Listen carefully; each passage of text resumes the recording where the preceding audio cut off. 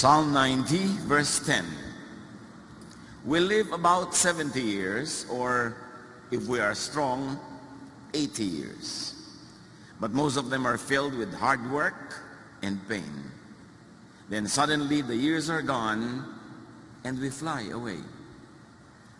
Ang nakatakda, pinaka-normal na buhay daw ay 70 taon at kung malakas, 80. Minsan kulang, pumupunta na sa Diyos, minsan sobra, bonus. Pero ano pa man yun, marami o konting mga taon, marami daw na hirap, kalakip ng buhay. At pagkatapos, tayo'y pumupunta na sa kabilang buhay. Because people grow old. Dahil tayo'y tumatanda, ano ang dapat tandaan? Salamat Panginoon dahil sa buhay na nagmumula sa inyo. Ipinahihiram niyo mga sandali. Salamat sa lahat ng ipinalalasap niyo sa aming mga karanasan. Sa sandaling ito, patuloy niyo po kami, Panginoong, pakapuspusin ng inyong Espiritu. Salamat sa inyong pagpapatawad at paglilinis. At ngayon humihiling kami ng katuruan, kaliwanagan, pag-akay mula sa inyo. Kayo po ang mangusap, Ama. Hinihiling namin ang lahat sa ngalan ng iyong anak na si Jesus. Because people grow old. Ecclesiastes 12:1, keep your Creator in mind while you are young.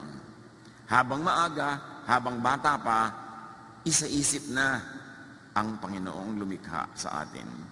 Which really means live correctly on time. At paulit-ulitin ko yung word na on time, which the dictionary defines as meeting an appointment. Meeting a prescribed time. A time set by someone else or something else. Kaya pag sinabing on time ka, nando ka sa usapan, may kausap, may katipan, o may nagtakda ng oras.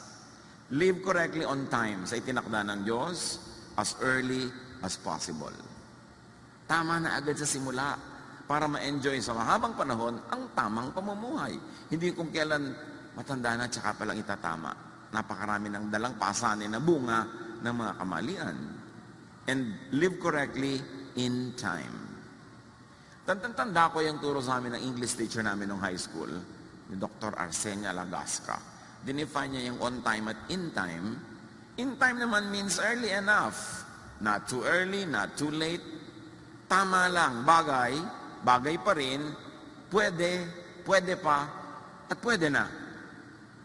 So you arrive on time for an appointment, but sometimes you arrive in time for the meal.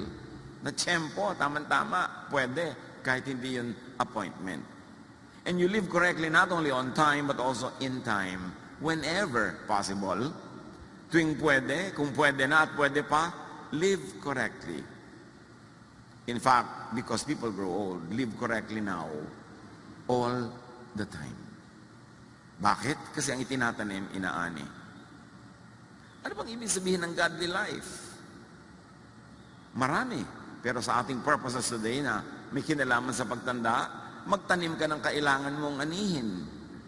Bukas, sa makalawa, sa isang linggo, o magtanim ka ng gusto mong anihin. Yun ang tamang pamumuhay. Gusto mong mahalin ka ng kapwa, magmahal ka. Gusto mong alagaan ka ng mga anak mo pagtanda mo, alagaan mo sila habang bata sila.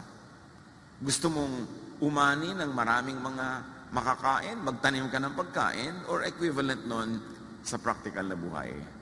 Live correctly.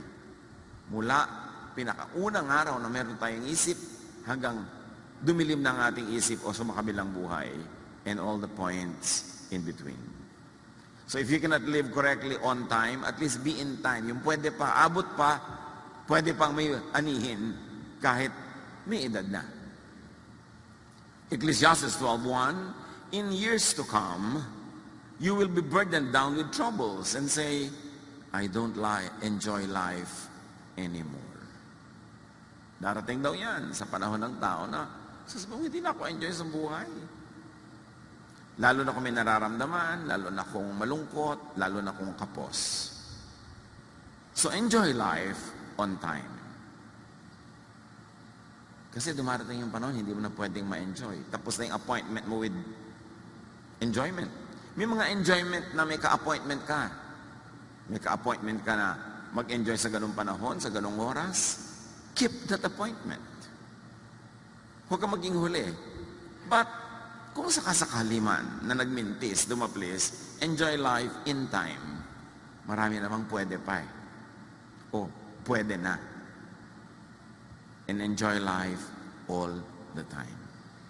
Bakit?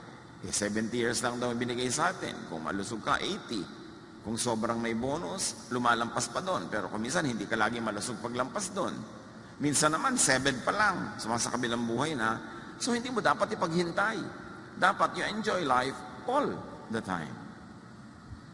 Because you don't know how much time you, in particular, have. Ecclesiastes 11:9, be cheerful and enjoy life while you are young. Do what you want and find pleasure in what you see.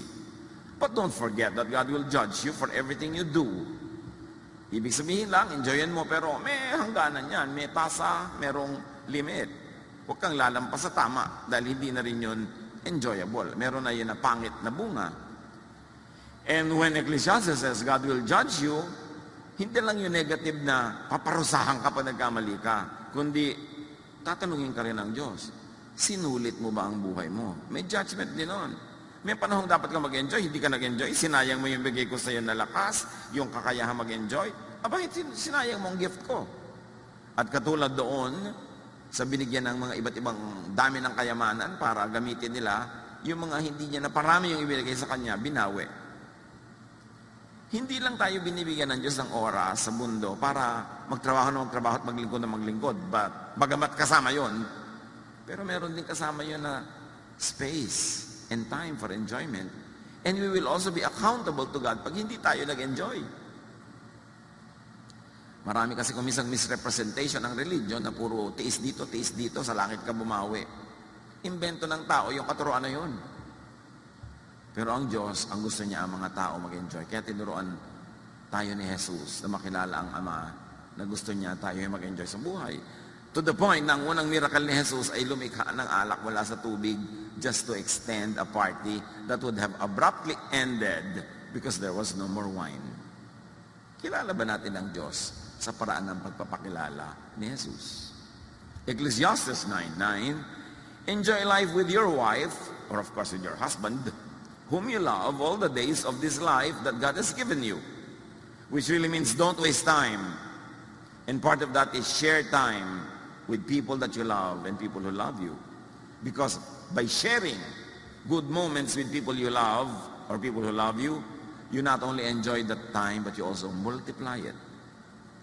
Because people that we love and who love us multiply our joys, divide our sorrows. So kahalaga, sabi niya, enjoy life with your wife. Hindi yung wife ng iba. Yung wife mo, yung partner mo.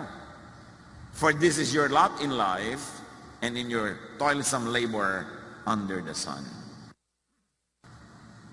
Don't default on this. At nauunawaan natin na maraming mag-asawa ang kailangan kahit temporarily magkahiwalay sa paghahanap buhay. Pero huwag naman pag-uwi mo, nakakabaong ka na. Huwag naman pag-uwi mo at tanda-tanda mo na parang na lang kayong magkapatid. Sayang. Binibigyan ka ng Diyos ng kapartner sa buhay at hindi naman lahat ay may ganong klaseng blessing. Dapat don't default on that privilege.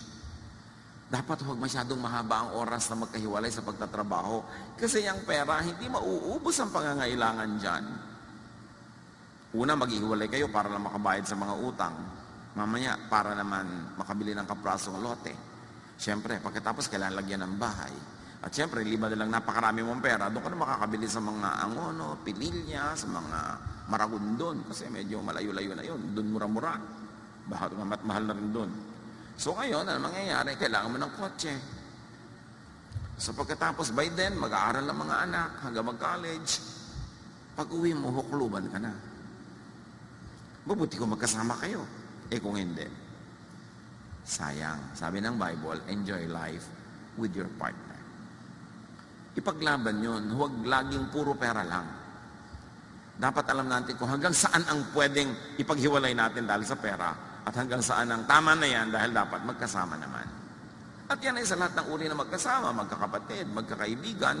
There's a price to pay for being together. But be willing to pay that price instead of pay the price for other things. Ang tunay na nagpapasaya sa tao are activities at mga kasamang mahal mo sa buhay, hindi things that you can buy. Ecclesiastes 11:8. However many years anyone may live, let them enjoy them all. Kaya hindi gusto ng marami mga conservative priests ng Israel ang Ecclesiastes at ayaw nila kay Solomon.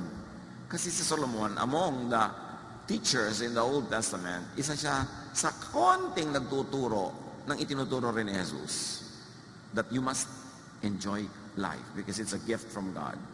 So kay short, kay long, huwag magpalampas, huwag maghintay.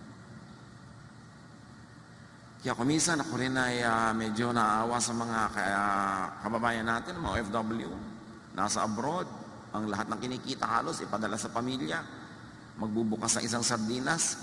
Sa umaga, aalmusalin niya yung isang piraso. Sa tanghali, yung isang piraso pa. At sa gabi, yung pangatlong piraso. Araw-araw ganun halos. Ipapadala mo lahat. Hindi makakain ng masarap. Tapos puro delata, puro mga elado ang kinakain. So ang nangyayari, nagkakaroon ng stomach problem. Pag uwi dito, may mga health problems, hindi na makarecover. At yung mga hindi niya nakain na matagal, hindi na halos din makain pagdating ng panahon.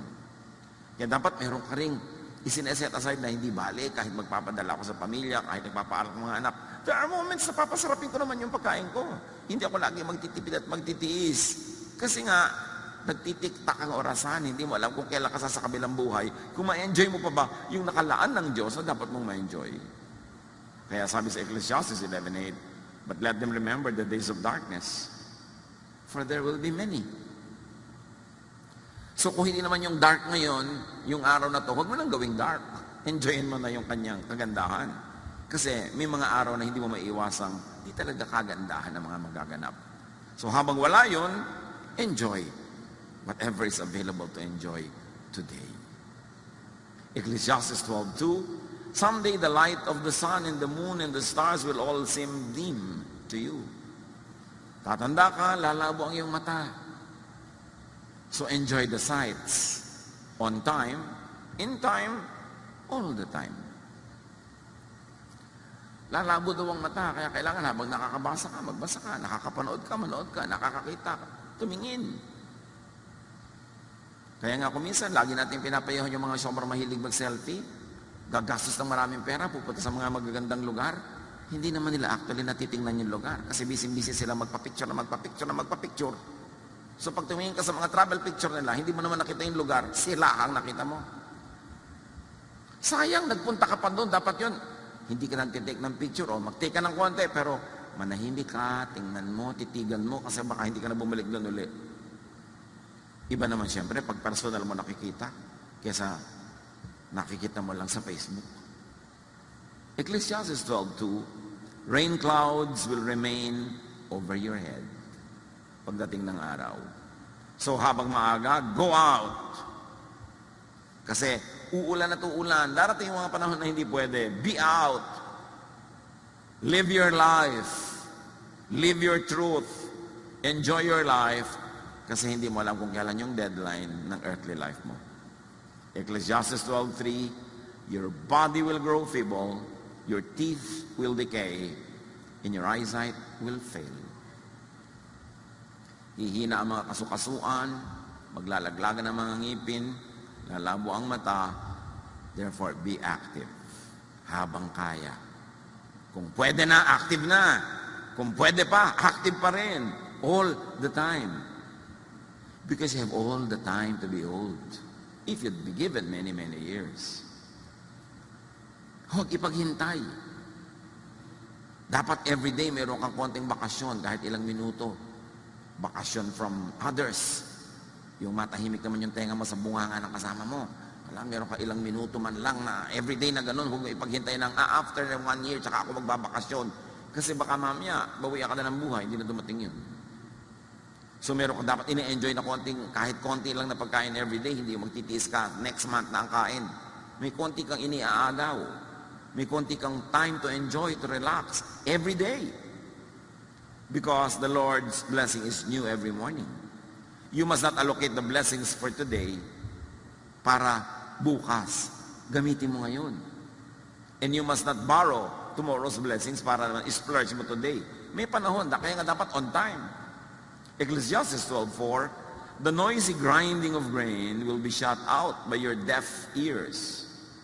But even the song of a bird will keep you awake. Bakit nga ba? Pagka tumatanda na, humihina na tenga, isinisigaw mo na hindi pa marinig. Pero kung minsan man, huni lang ng ibon, hindi makatulog. Therefore, habang kayang-kaya pa ng tenga, listen, hear what you want to hear. Kung gusto mo ng ganong music, kung gusto mo ng ganong nadidinig, pakinggan mo siya. At huwag nating takpan ng tenga ng kapwa natin para huwag iparinig sa kanila yung gusto nilang marinig. At huwag nating laging punuin ang boses natin ng mga tenga nila. Dahil hindi naman tayo sure kung yun ang gusto nila marinig. Hindi ko mo asawa mo, partner mo, kapatid mo, kaibigan mo, lagi nang yung punong-puno na yung tenga, umaapaw na yung tenga niya sa boses mo. Kailang bibigyan mo siya ng pahinga. Kasi baka hindi yun ang gusto niyang marinig sa oras na yun. Ecclesiastes 12:5, you will be afraid to climb up a hill and walk down a road. Darating ang panahon, konting burol lang, ayaw mo na akyatin, o ayaw mong bumaba. So, habang kaya, habang pwede na, at habang pwede pa, climb, walk. At huwag tayong mga hawa ng ating mga takot. Kung natatakot kang sumakay ng aeroplano, huwag mong takutin ang sasakay ka. Hindi ka ba nininervous sumakay? Hindi ka natatakot pagka may tagtag?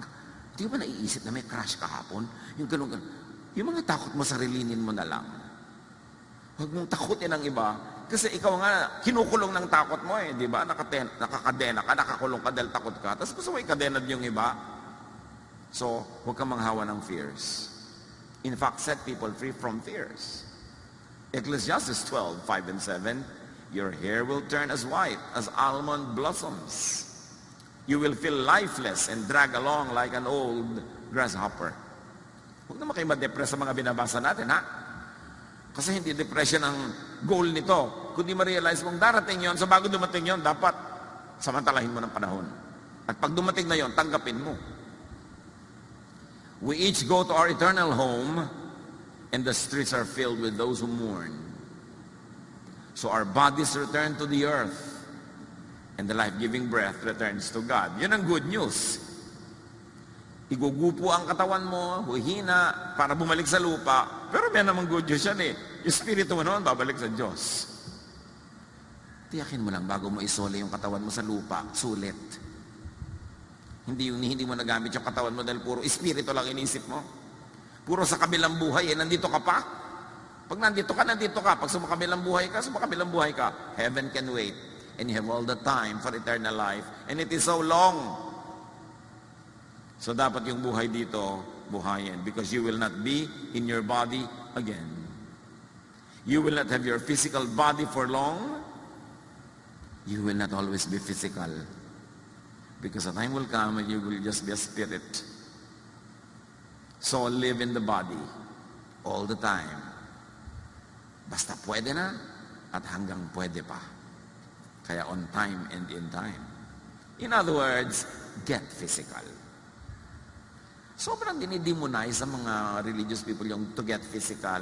Kung ayaw ng Diyos ng katawan, ba tayo binigyan? Di dapat lumulutang-lutang lang tayo na para mausok-usok. Binigay sa'yo ng Diyos yan, alam ng Diyos ang ginagawa niya, huwag mong sayangin, huwag mo aksayahin. Enjoy and engage the senses. Binigyan ka ng mata para makakita, hindi para ipikit. Tenga para makarinig. Ng panlasa para kumain. Binigyan ka ng katawan para isayaw, ilundag, umakyat, maglambitin. Live life to the fullest and enjoy sensations because the senses are from God. Feel and be felt by those around you. Ecclesiastes 11:8-10, even if you live to a ripe old age, you should try to enjoy each day because darkness, meaning physical death, will come. Either your death or the death of other people. So while you are here, live. While they are here, live with them and let them be alive because darkness will come. And when darkness or death comes, we must not be possessed by regrets. Dapat ang nakasulat sa lapida natin, sulit. Diba? Sulit. Ba, talagang sulit. Talagang ginawa niya ang lahat ng pwedeng gawin. Kaya sabi sa verse 10, rid yourself of all worry and pain because the wonderful moments of youth quickly disappear. Huwag yung ang lagi mong iniisip yung mga alalahanin, mga nakakatakot, mga problema, magagalit ang Diyos. Konting-konti lang kinakagalit ng Diyos, yung hindi ka loving sa iba. Kung lalamang ka, gumagawa ka na masama sa iba, yun. Pero nag-enjoy ka, bakit magagalit ang Diyos? Uy, ang laki-laki naman ng leche plan sa halo-halo mo, magagalit si Papa Jesus. Yung mga tao, lagi ang tingin na lamang sila sa Diyos, lagi na lang magagalitin. Do not rob the youth of their youth. Mga matatanda, yung mga youth, hayaan nyo maging youth. Huwag nyo sila itulad sa inyo kasi matanda na kayo, sila hindi pa. Huwag nyo pilitin sila na kumilos na parang kayo, kaya nga kayo ang mahinin. Hindi naman dahil mahinin, may rayuma kasi. Di ba? Mga bata pa kayo, hindi rin kayo magagaslaw ng konti. Yung lagi pag may masaya, pinandidilatan. Pag may malakas tumawa, pinandidilatan. Pag kami kasamang BF, galit na galit ang mga titang old maid. Ano inggit? Ayun nyo mag-enjoy ang mga bata. Itutulad nyo sa inyo. Siyempre, dapat merong bodo, merong iniingatan, merong hangganan, pero huwag sobrang pigil. Kasi hindi naman sila bata matagal eh. Sandali lang. Sandali lang. Pag lumampas, kaya tuloy ang tanda na, doon nagbabata-bataan. Kasi bumabawi. Do not fast forward old age because you have all the time to be old. Meron pa, huy, ang tanda mo na, ba't ganyan ang suot mo? Kailan ko pa isusuot sa burol? Hindi ko na nga naisuot nun, hindi ko pa isusuot ngayon. Pipigilan mo pa ako. Puro tayo pigilan ng pigilan. Ba't nga ba? Anong culture yon? So prepare for and address senior issues like illness because it will happen 99% of the time. Therefore, as early as possible, live as healthfully as you can. Alam na naman natin yung mga rules of nutrition, mga hindi mo dapat kainin, mga pwede mong kainin. Although may mga fringe issues. Tama ba ang kape? O maganda o pangit? Magkakaiba mga points of view. So pakinggan mo yung katawan mo. Yung mga experts hindi nagkakasundo. Di ang pakinggan mo yung katawan mo. Ano bang ginagawa sa'yo ng kinakain mo, ng iniinom mo? Proverbs 25:16, eating too much honey can make you sick. Which really should be expanded to a meaning that having too much of anything good or having too little of needful things could be harmful. 1 Timothy 5:23, stop drinking only water. Take a little wine to help your stomach trouble and the other illnesses you always have. Tapos dinidemonize na naman ng mga relihiyosong wine. First miracle nga ni Jesus, wine eh. Lalayo ka pa. Huwag ka lang siyempre magpasuray-suray na lasing dyan na hinahabol mo na lahat ng tao. Pero yung sabi niya, stop drinking only water. Kung minsan helpful na meron ka ibang iniinom tulad ng wine. Bakit nga ba minamasama? Lord's Supper naman, wine. Dapat nating reviewin yung mga values natin, yung mga inilagay na kadena ng mga relihiyon at mga lolo't lola sa utak natin. Kung hindi kailangan at hindi sinabi ni Jesus, lagutin so that you will enjoy life. Bago ito mabawi o bago ka humina. And yung mga bata-bata pa dyan, help seniors prepare for and address senior issues. In other words, kung ikaw ay anak, ikaw ay apo, ikaw ay pamangkin, may aalagaan kang tumatanda na, live healthful lifestyles. Turuan natin sila tulungan to live their lives to be healthful at ang atin din. Kasi anak, under normal circumstances, dapat ilibing mo ang iyong magulang, hindi ikaw nilibing. Masakit maglibing kahit na sino, pero yung normal dapat, ingatan mo ang buhay mo kung hindi dahil hindi ka careful, ang aga-aga mo namatay, yung magulang mo pa maglilibing sa'yo. Unfair. So, niyayaya ka ng barkada mo, halika, magmotorsiklo tayo sa bangin. Yung mga magulang ko, alagaan ko pa pagtanda, pag namatay ako, kasi yung mga alaga. Di ba? Dapat meron kang ganong care. Pinapreserve mo ang buhay mo dahil meron ka pang aalagaan. Napaka-importante kayong mga matatanda o mga may sakit na wheelchair bound. Hindi na sila mobile. Dapat nagiging mobile sila at kung habang pwede pa. So anong gagawin natin sa ating mga senior? Luminga nga kayo kung may mga senior tayo. Meron ba tayo dito mga wheelchair bound? Yung talagang hindi na makalakad, hindi na makaakyat ng mga sasakyan? Ganito ang gagawin natin sa kanila para enjoy. Ibinili natin sila ng van. At ang van, ipina-inspect na natin kay Kuya Arnold. At yan ang loob, kasama ang mga caregiver. Pero may sasakyan ng wheelchair.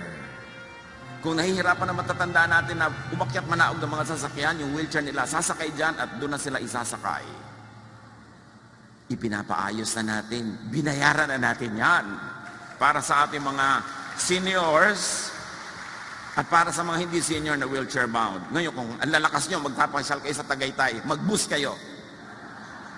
Para yan sa mga absolutely hirap na hirap kumilos. It will be available probably in 2 weeks. So, yung mga matatanda natin o mga wheelchair bound na mga kapatiran, dadalhin nyo sa ospital o gusto nyo ipasyal minsan, pwede nyo itong hiramin. Pero hindi pwedeng hiramin nyo dahil may lakad kayo, tapos puro kayo teenager, ha? Meron tayong mga policies para mawalan mga abuse at hindi magkagulot, magselosan yung sumakay at hindi sumakay. But our goal is to make life more comfortable and enjoyable sa ating matatanda at sa mga may mga sakit. So, napakahalaga yan. Prepare and address senior issues for illness without money. Tulad nun, nagawa natin. Kasi may money. Salamat sa Diyos. Inipon-ipon natin. Ayan. Pero marami may issues with money. So invest, earn, and save on time. Kasi tatanda din kayo eh. Hindi yung may pera, uubusin sa gadget, uubusin sa latest. Alam niyo yung cellphone na yan, every month may bago. Pag sinundan mo ng sinundan yan, hindi ka natitigil bumili. Basta nakaka-text ka, nakakatawag ka, hindi ba sapat yun? Talagang kailangan mo ilagay yung buong Encyclopedia Britannica doon sa loob. Hindi mo nang binabasa. Importante na mag-save. Mga young people ngayon, puro gastang inaatupag. Palibas at maraming kumikita ngayon na young people. Pero lahat na ng uri ng kape, sinisikmura kayo na iniinom. Ang mahal-mahal. Kailangan mag-save kayo and help seniors earn or save by not needlessly asking for money from them. Pag yung magulang natin, matanda na, tayo naman, mga nasa edad na, dapat mabaligtad na, hindi na tayo hingi ng pera. Tayo na ngayon dapat magbibigay. Help seniors earn or save by giving them money. Not ito keep on asking. Hindi yung 50 anyos ka na, humihingi ka pa sa nanay mo ng panload. Kailan pa siya magpapahinga? At sa lagay, lagi na lang ikaw ang aalagaan niya. Kailan pa yun mababaligtad? Kaya napakasama niyang drugs. Kuminsan yung natutunaw ang utak ng mga nagiging sobrang dependent, ang tanda-tanda na, pati yung laman ng savings ng nanay niya, ninanakaw pa kuminsan dahil nasisira ang isip. Kaya mahalagang bantayan mo sarili mo, magpakatino ka, magpakayos ka, kasi may magulang kang dapat mo itaguyod. Pag hindi ka nagpakatino, di ikaw pa rin ang itataguyod ni magulang. Hindi na mare-reverse yung mga roles niyo. Mark 7:11, sabi ni Jesus sa mga religious people, na yung mga religious people, sinusurusulan yung mga tao na kahit hindi nyo na ibigay sa magulang nyo yung pera nyo, ibigay nyo lang sa temple, okay na yon. Sabi ni Jesus, you let people get by without helping their parents when they should. You let them say that what they own has been offered to God. You won't let those people help their parents. And you ignore God's commands in order to follow your own teachings. So pinapagalitan ni Jesus yung mga religious leader na sinususulan yung mga tao, basta i-donate nyo sa temple kahit hindi nyo naibigay sa magulang nyo. Sabihin nyo, binigay nyo sa Diyos. Sabi ni Jesus, invento nyo yan. Ang gusto ng Diyos, yung mga magulang, bigyan nyo. Hindi yung puro inubos nyo na sa either sa relihiyon, o inubos nyo sa bisyo, o inubos nyo kung kani-kanino. Dapat may parte ang magulang nyo. Jesus says that God commands children to help parents. Tatandaan nyo mga anak, ang pang-parents, pang-parents. Sabi yun ni Jesus, ang pang-temple, pang-temple, ang pang-gimmick, pang-gimmick. Pero ang pang-parents, hindi dapat yan nabubura. Kahit mag-asawa ka pa, magkaanak ka, nandyan yung magulang mo, hindi siya dapat nabubura sa listahan ng mga bibigyan mo. And parents also should do the same.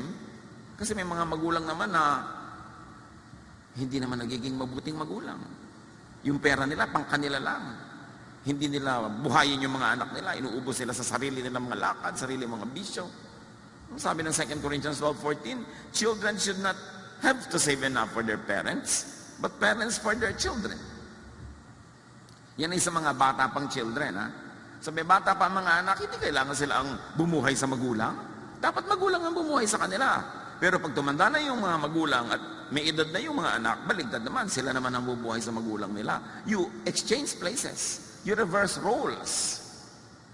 Pero sabi, hindi, ang bata-bata pa ng anak mo, doon ka na nakaasa, lakas-lakas mo pa. Yung mga anak mo ang aasahan mo. No. Dapat ikaw ang magtaguyod sa kanila. At pag mahina ka na, sila naman ang magtataguyod sa iyo. We should prepare and address senior issues like illness without care or caregivers. Yan ang concern ng mga matanda. Paano kaya pagtanda ko? May mag-aalaga kaya sa akin? Kaya ang mga matatanda, mga magulang, sinusuri ang mga nobyo-nobya ng mga anak nila. Ang tinitingnan lang ng magulang, ito kayang babaeng ito na girlfriend ng anak ko. Alagaan kaya ako nito pagtanda ko? O bubulagin niya lang yung asawa niya na anak ko na huwag na akong pasyalan. Mag-shopping na lang sila. So, kaya mga magulang nakatingin na ganyan sa mga nobyo at nobya niyo. Kasi, kasali yan sa equation. So, assure your seniors of your devotion and readiness to care for them. Hindi sila kahit kailan dumating sa one moment ng pagdududa kung aalagaan niyo ba sila o hindi, kung sila tumanda. And be willing, ready, and able to give care. It's part of the deal. Life is like that. And Jesus was very clear about it. Ang humanidad, mula nung unang-unang tao hanggang ngayon, patuloy tayong nabuhay dahil ang bata ay inaalagaan ng magulang at pagtanda ng magulang ay inaalagaan ng anak na nagkaedad na. At yung anak na yon ay magkakaanak, aalagaan niya yung anak niya, at tatanda siya, aalagaan naman siya ng anak niya. Pasalin-salin, generation to generation to generation. It's not only a tradition, it is the order of things. It is the order of God. Dapat ganon. So, assure seniors of your devotion and readiness to care with them, especially when you begin to move from single to in a relationship. Meron naman mga young people, 3 araw pa lang kilala tong lalaking to, itinakwil na ang magulang. Nakindatan lang sa mall. Itinakwil na ang mag-ama't ina. Lalo naman, you care for your parents and be very, very clear about your love when you change from single to married. Meron naman pag nakapag-asawa na, nalilimutan na yung magulang. Or, lalo na pag nalagay kayo sa from single to it's really complicated. Huwag niyong isama ang mga magulang niya sa complication. Lagi steady ang relationship niyo with them. No? Napaka-importante yan. Si Ruth nga at si Naomi, magbiyanan pa lang ito. Sobrang pagtitinginan na hanggang ngayon pinag-uusapan pa natin. Namatay ang asawa ng manugang na anak ng biyanang babae. Yung manugang ayaw niyang humiwalay sa biyanan niya. Ruth 1:16-17, Ruth answered, "Please don't let me tell you to leave you." Pinapawala na kasi siya ng biyanan niyang babae para makapag-asawa siya ng iba at magkaroon ulit ng panibagong buhay. Sabi niya, "No, I won't leave you. I will go where you go. I will live where you live. Your people will be my people." Sabi ni Ruth. In other words, sinasabi niya sa matanda, I will be where you are, you will be where I am, and I will accept your crowd. I will accept your people. I will die where you die and be buried beside you. May the Lord punish me if we are ever separated, even by death. Ito ang sabi ng manugang sa biyanan. Hindi lalo naman yung anak na sinasabi dapat yan sa magulang. No? Sabing ganon, parusahan nawa ako ng Diyos kung pababayaan ko kayo. At ang mga anak should take that to heart. Kahit maraming bagay sa mundo, maraming technology, maraming paraan ng pamumuhay, pero may bagay na hindi dapat magbago. Na ang bata ay naalagaan ng matanda, pagtanda ng matandang yon, yung batang tumanda na rin ang mag-aalaga sa kanya, from generation to generation to generation. Prepare for and address senior issues like lack of money. Maraming ganon. So help seniors, assure them of your support with your verbal and body language. Maraming mga magulang nagseselos nun sa mga boyfriend o girlfriend na anak nila kasi mula nung nagkaroon ng boyfriend, girlfriend, talagang hindi mo na makita. Kahit naghihingalo na yung magulang, iiwan dahil may date. Dapat yung body language mo is clear to your parents. You are my priority. Kung magkakaroon ako ng love life o asawa, dagdag to sa buhay ko, pero hindi ka minus. Dapat clear yun. Huwag tayo nagpapalito sa mga bagay na binadala sa atin ng daily life. So empower yourself to be able to support your elders. Sa abot kaya, be and stay healthy and alive. Sa abot kaya, do not die ahead of your elders. Dapat ikaw ang maglibing sa kanila. Dapat ikaw ang magpa-hospital sa kanila. And how can you do that? Make money. And save. At marami na ngayon mga insurances that you can get for your parents. Sa 40 years ng inyong lingkod sa ministry, ang ipinagtataka ko, may mga pamilya na nagkaroon naman, naranasan naman nila magkaroon ng mga resources, pero pag may namatay, ni walang pambili na taol, ni walang paglibingan. At kahit ilalagay yung ubo sa Tupperware, walang Tupperware. Walang paghahanda kahit konti, para bang walang mamamatay, walang magkakasakit, walang preparation. Dapat handa tayo dyan. 1 Timothy 5:4, if a widow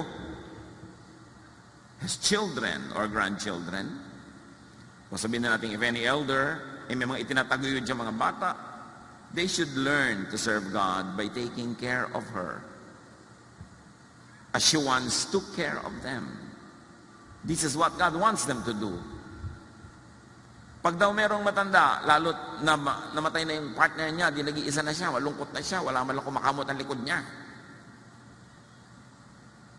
Sabi ganon, yung mga inalagaan niyan, mga anak, mga apo, dapat siyang alagaan. Tulad ng naging pag-aalaga niya sa kanila. Sabi, ito ang kagustuhan ng Diyos. Kaya naman mga magulang, mga tiya, mga tiyo, alagaan yung mga bata. Habang bata sila, kung paano nyo gustong alagaan nila kayo pagtanda nyo. Meron naman mga magulang, iniluwal ka lang, yun lang, wala nang ginawa sa'yo, hindi ka inalagaan, man lang. Tapos kung mag-expect later on, akala mo naging ulirang ina, kung makapanghingi, kung makaasa. Dapat ibagay-bagay naman din natin kung paano natin panalaki mga anak natin, ibagay-bagay naman natin yung mga hinahanap-hanap natin sa kanila ngayon. Pero mga anak, whether or not, naging napakabuti ng mga magulang nyo or not, outdo them in doing good. Higitan nyo ang ginawa nila sa inyo. Higitan nyo ng mabuti. Kasi Diyos naman ang nakakaalam. Diyos ang nakakabatid. At Diyos ang nagpaparusa sa hindi marunong tumanaw. Diyos naman ang nagbibigay ng pagpapala sa marunong tumanaw. Kaya sabi niya, honor your father and your mother so that your days may be blessed and your life may be long. Yan ang kaisa-isang utos na may kakabal na pangako . So mahalaga sa Diyos yung issue ng mga anak na nag-aalaga ng magulang. Ephesians 6:2, honor your father and mother, which is the first commandment with a promise. Honor, kahit hindi sila honorable. At lalo kung honorable. Lalo ating higitan. Alagaan ng matatanda kung paano kanila inalagaan, o kung nagkulang sila, palitan mo yon, higitan mo. Lalo't nanonood ang anak mo. Kung paano nyo ituring ang mga magulang nyo, no, kayo ituturing na inyong mga anak. Kailangan may mga bata kayong pinapalaki, nakikita nilang dumadalaw kayo sa mga lolo't lola, dumadalaw kayo sa mga may sakit. Binibigyan nyo, inaabutan nyo yung mga matanda sa pamilya nyo. Nakikita yung mga bata, train up a child in the way he should go, and when he is old, he will not depart from it. Itrato nyo ang matatanda sa pamilya nyo kung paano nyo gusto itrato kayo ng mga bata ngayon na sila ang tatanda at kayo magiging hukluban. So paano nila kayo itatrato? What example do you show them? Prepare for and address senior issues like aloneness and loneliness. Huwag iwan-iwanan ng mga matanda, ay mapapagod lang po kayo, dito na po kayo sa bahay. Actually, ay mo lang mapagod, bagal-bagal niyang kasama. Di ba? Kaya nga, i-wheelchair mo, dalhin mo yung van, wala ka na excuse. Kailangan isama ang matatanda, no? Isama sa mga lakaran, no? Huwag gawin taong bahay. At lalong-lalo na, huwag niyo namang obligahin na mag-alaga ng mga apo nila. inalagaan kayo ng magulang nyo, sapat na yon. Hindi sila dapat tagapag-alaga ng mga anak nyo. Liban na lang, nagbo-volunteer sila at nag-enjoy. Pero huwag niyong gawing tungkulin nila yon. Hindi nila yon tungkulin. Tungkulin nyo yon kung may anak na kayo. So seniors and seniors to be, mahalaga naman, keep making new relationships. Alam mong matanda ka na pagka ang dami mo nang pinupuntahang libing. Dati mga reunion ang pinupuntahan mo, ngayon nagkikita-kita kayo sa mga lamay. Then alam mo, umiedad ka na. Wala tayong magagawa tungkol doon, dapat tanggapin yun. But make new friends. Isa-isang nauubos yung mga dati nating friends, you should make new friends, kahit with young people. Huwag natin ikulong yung sarili natin sa mga dati lang natin nakasanayan na friends. Dahil habang buhay pa tayo, magandang may friends. Psalm 71:9, don't throw me aside when I am old. Don't desert me when my strength is gone. It is actually a prayer, but it would also be a message to everyone around us. Si David, nung tumanda na, maski hari, may mga pangangailangan. 1 Kings 1:1-4. King David was now an old man, and he always felt cold, even under a lot of blankets. His official said, Your Majesty, we will look for a young woman to take care of you. She can lie down beside you and keep you warm. They brought her to David, and she took care of him. Yung mga iba naman mga chismosa, biyudo na nga ito, may edad na, tas nakitang may kasama ang bata-bata. Ang bata ng kasama, nakita mo ba? Anong gusto niyong isama? Mas matanda pa sa kanya, di aakayin pa niya? Matanda na nga siya, gusto niyang ma-encourage sa mga bagong dugo na masigla. Kailangan mo kumuha pa siya ng mas matanda pa. Yun naman mga chismosa, lagi na lang, kita-kita mo yung kasama.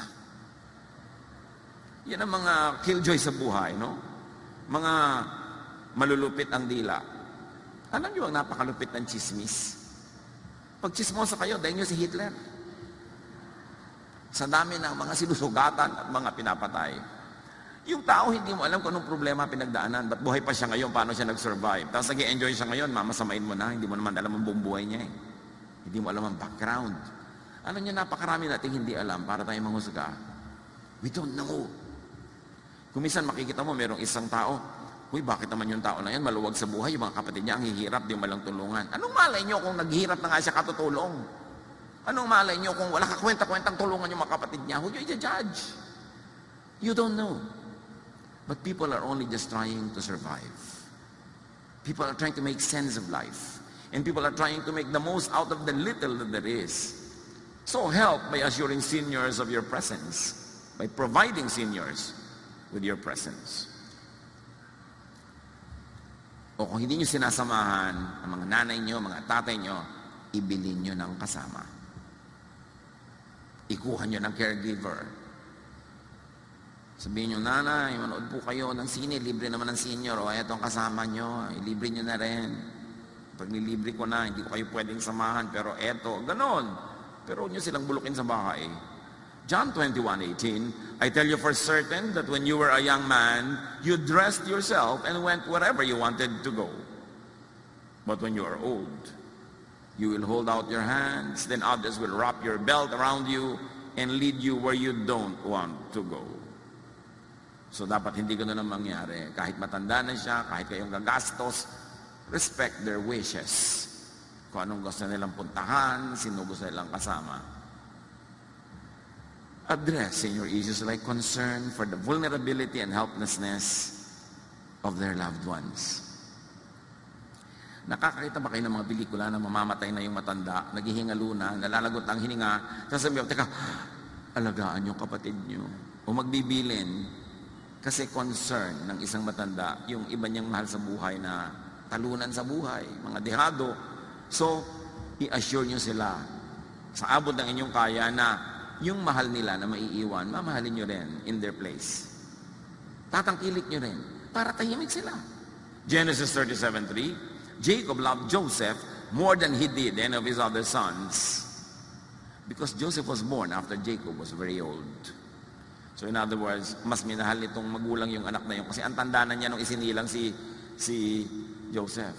Hindi na niya nabigyan ng first class care. So, Nagme-makeup siya, binibigyan niya ng ganitong balabal, binibigyan niya ng care. Ganun talaga ang tao. So, mahal yung magulang nyo, mahalin nyo rin yung mga mahal nila. Para matahimik ang loob nila. Kung ikaw naman yung anak na laging inaalala o alalahanin, help seniors by strengthening yourself. Ang pinakamagandang regalong maibigay nyo sa magulang nyo ay yung hindi na nila kayo iniisip at inaalala. Kasi okay naman kayo. So gawin mong okay ang buhay mo para mawala ka sa listahan ng mga pinoproblema na yung magulang. Proverbs 13:1, children with good sense accept correction from their parents, but stubborn children ignore it completely.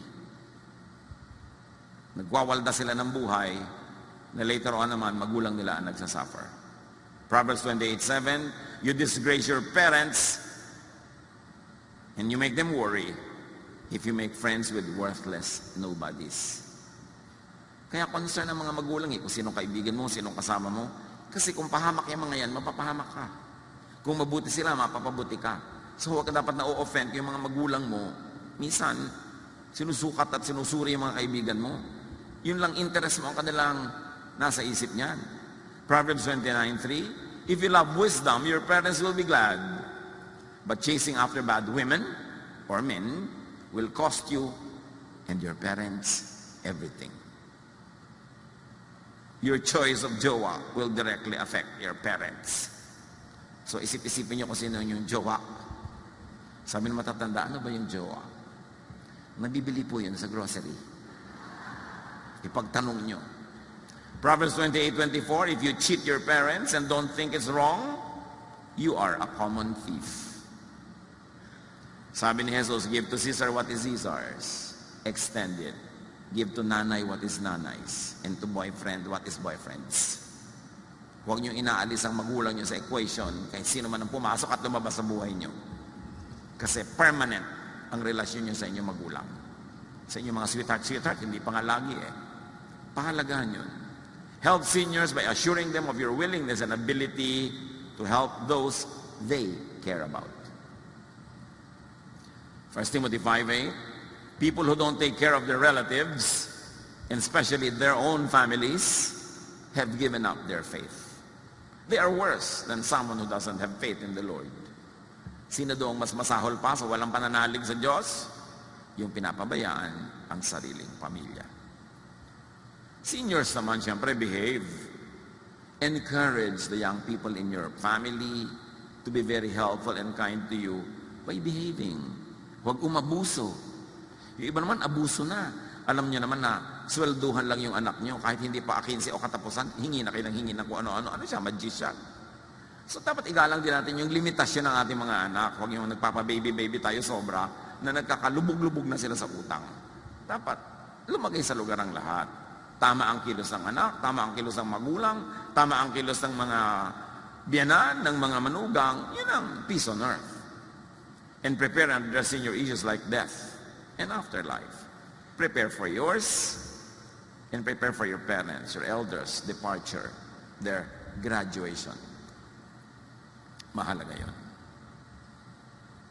About growing old, do not worry. Wala ka rin naman magagawa kahit ka maglala. O kung talagang kuminsan dinadapuan tayo ng worry, minimize worry. Itaboy, kontian lang. Sabi ni Jesus sa Matthew 6:25 and 27, I tell you not to worry about your life. Don't worry about having something to eat, drink, or wear. Can worry make you live longer? Why do you have such little faith? Ipabahala sa Diyos ang hindi natin kayang saklawan. Do what can be done on time and in time. Ecclesiastes 3:1 says there is a time for everything. And there's a season for every activity under the heavens. So mayroong time, an exact spot for appointments with life. Yun yung on time. And there's an extended time called a season. Yun yung in time. Pwede na, pwede pa rin. May mga exact, mayroong mga hindi exact. Pero may oras para sa lahat. Make preparations for and attend to your elders' golden years and to your own. Seek spiritual and emotional stability as early as possible so that you will enjoy a long life of stability and seek financial security and independence as early as possible. Mahirap kung mawala sa hirap yung pamilya na iisa lang kumikita, lahat gumagastos. Dapat yung lahat ng members may kanya-kanyang paraan ng pagkita kahit konti-konti. At nagko-contribute sila by saving resources and by investing. Hindi nagkapera ka, shopping agad. Hindi mo isiping magnegosyo kahit konti. Kailangan may ibang kumikita. Hindi pwedeng one income lang isang household. Unless pagkalaki-laki ng income na yon, nakagapos kayo lagi sa budget. Yung lagi natin ipinagdiriwang na woman of Proverbs 31, because the woman of Proverbs 31 works hard and smart, makes good money, and she does good to her family and to her neighbors, to the needy, because she manages her life, her family well, she could be cheerful about the future. Sabi, she can laugh at the days to come. Mangingiti lang siya, kakayanin niya ang anumang dumating, kasi meron siyang inipon, patuloy siyang kumikita, at maganda ang kanyang relasyon sa mga tao sa kanyang paligid. Proverbs 31:25, she is strong and graceful, as well as cheerful about the future. She can laugh at the days to come. Gawin natin tong goal, yung ma-enjoy yung nung Proverbs 31 woman, na meron kang paghahanda, emotionally, materially, spiritually, socially, so hindi ka nakatatakot about the future. Every time, all the time, grow spiritually. Serve in God's work whenever you can, habang malakas ka pa. At the same time, kasabay, enjoy life, every period of your life. Then meet your Maker. Yun ang buhay natin. Kailangan lang, huwag iwasan, make the most out of it. Be wise. Be a person of wisdom, and be kind to your elders, kasi tatanda ka rin. Dear Lord, thank you that you care about us. Na meron kang inilaan na kasiyahan, tungkulin, trabaho para sa amin, bilang bata, bilang kabataan, bilang young adult, at bilang seniors. Lahat ng periods of our lives, alam niyo, Panginoon, at may ibinigay kayong assignment, at ganoon din may ibinigay kayong mga privileges. Teach us to be wise, to know all of those, so that we can do our part and get our share. Pagbulay-bulayan natin mga kapatid, ang kahulugan ng mga ito sa ating pang-araw-araw na buhay.